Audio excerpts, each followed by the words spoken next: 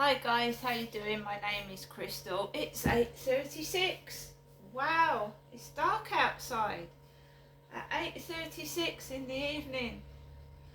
The nights are now drawing in. Alexa, what's the time please? It's 8:36 p.m. Right guys, I'm on my own in my flat.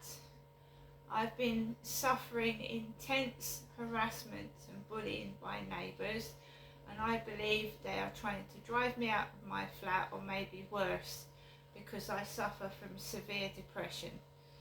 And other people have said it in their videos. I think they're trying to drive me to suicide. Why? I don't know. This is what the police need to find out.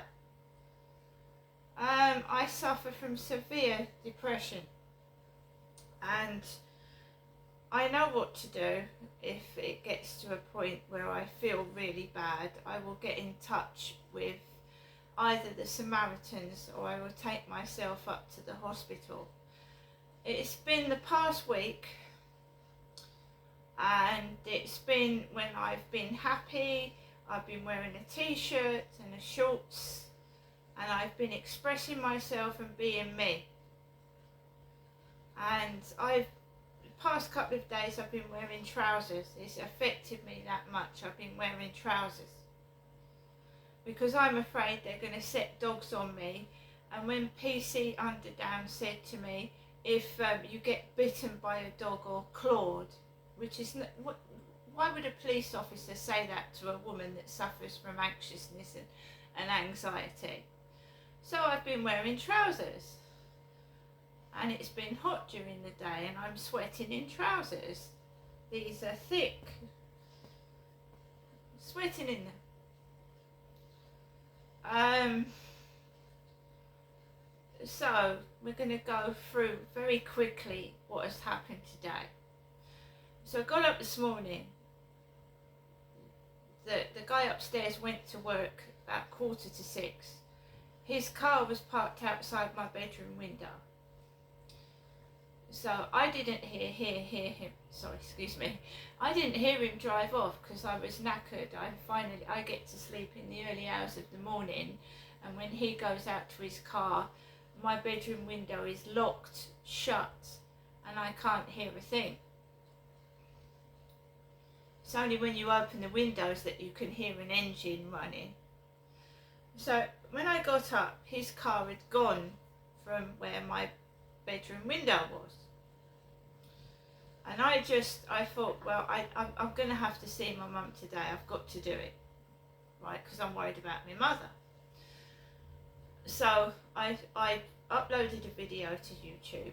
I then took Max straight out early onto the field, and there was a significant amount of noise.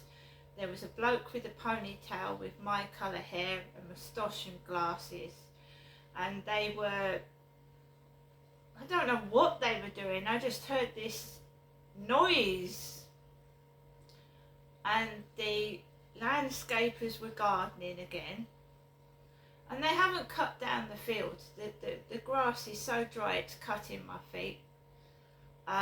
So I don't know what the fuck they're doing, wasting money and time on, but they're not cutting what they should be cutting down. They're fiddle-faddling about like fanny farts, just laughing and making noise, making things last longer than they should last. So the Gloucestershire van was on the field with the dinosaur on it. Men everywhere, men. I'm a woman, so what when a woman's been allegedly raped, sexually assaulted, and Charlie's inappropriately touched me on the field, what is a good thing to intimidate a woman? Put men everywhere. Put men everywhere. Cover the field in men when a woman's been assaulted and allegedly raped by men. Put loads of men everywhere. Loud, leery men, put them everywhere. It's a great start. Half of them have got these fluorescent waistcoats. I've told you that when you're a targeted individual, they like to upset you. And they think I'm frightened of the guy upstairs.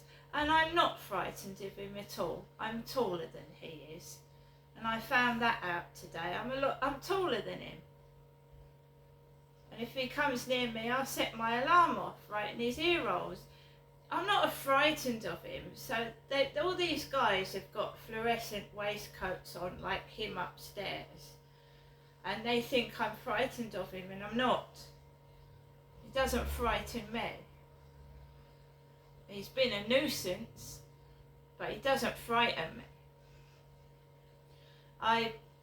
My mum rang whilst I was outside, so I came back home, and I was so relieved to get out of this place.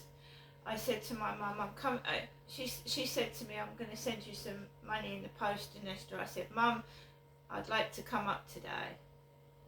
And my mum arranged for a taxi to collect me at 12, just gone 12. I fed Max, made sure Max was all right, made sure the cats were all right, shut the windows because I didn't want Harry to jump off the balcony again, the ginger cat.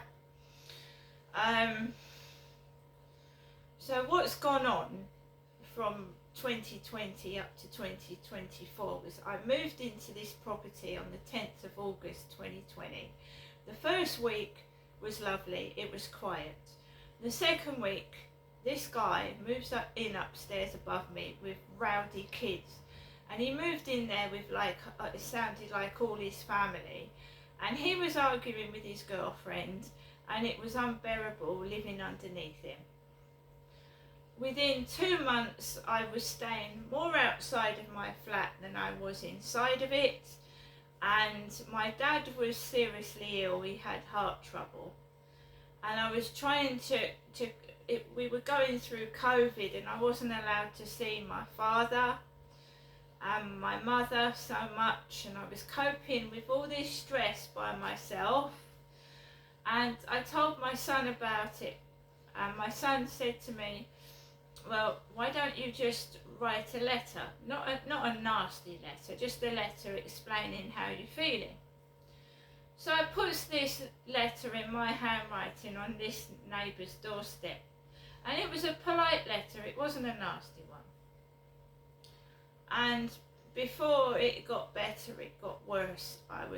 On one occasion, I was in my flat shaking because it sounded like they were ripping the furniture and the floor up in the middle of the night, and I thought someone was going to come downstairs and get me. It was that loud. If I go back to moving into this flat, maybe the neighbours next door know the guy upstairs and they're in it together, because when my son and I came into this flat to view it, the neighbours next door had a small black dog on the balcony. So they were already moved in. He wasn't, but they were. And they had a dog staring at me off the balcony when I was viewing this flat with my son. Now, I was getting stressed out with the noise from upstairs, so I walked into Chatham. And the neighbour next door must have been right behind me. And I didn't know he was my neighbour, this tattooed guy. And I was getting stressed out, and he came up to me and he said, are you the neighbour, have you just moved in? I went, yeah. He went, oh, it's all right up there, except for one bloke that's got a really big mouth. And he said, we've gone up there and had a word with him, and it should be all right. So I thought, I didn't know what that was, what that meant, but I thought, oh my God, we're in for some trouble. And that's when the noise started. After this guy comes up to me, when I've walked into Chatham, that's when the noise really started. And I was putting up with it. Those flats weren't built opposite me. They was like skeleton. It was like all scaffolding. So I had builders looking through the window, builders shining torches in my eyes, builders drilling, smell, tarmac, the dust off of drilling, and I spent a lot of time in the doctor's surgery suffering from sinusitis, allergies and migraines. I was at the doctor's almost every 2 weeks. If you go through my doctor's records from 2020 to 2022, I must have been in the doctor's umpteen times with allergies, headaches, sinusitis, and just general stress from the noise of living on a construction site, basically. Who the hell wants to live on top of a construction site for almost 2 years? And it finally stops, and they have to get dirty men and builders somewhere, don't they? Somewhere. They have to get these contractors out and these men. Anyway, so that's how I met him next door. He was almost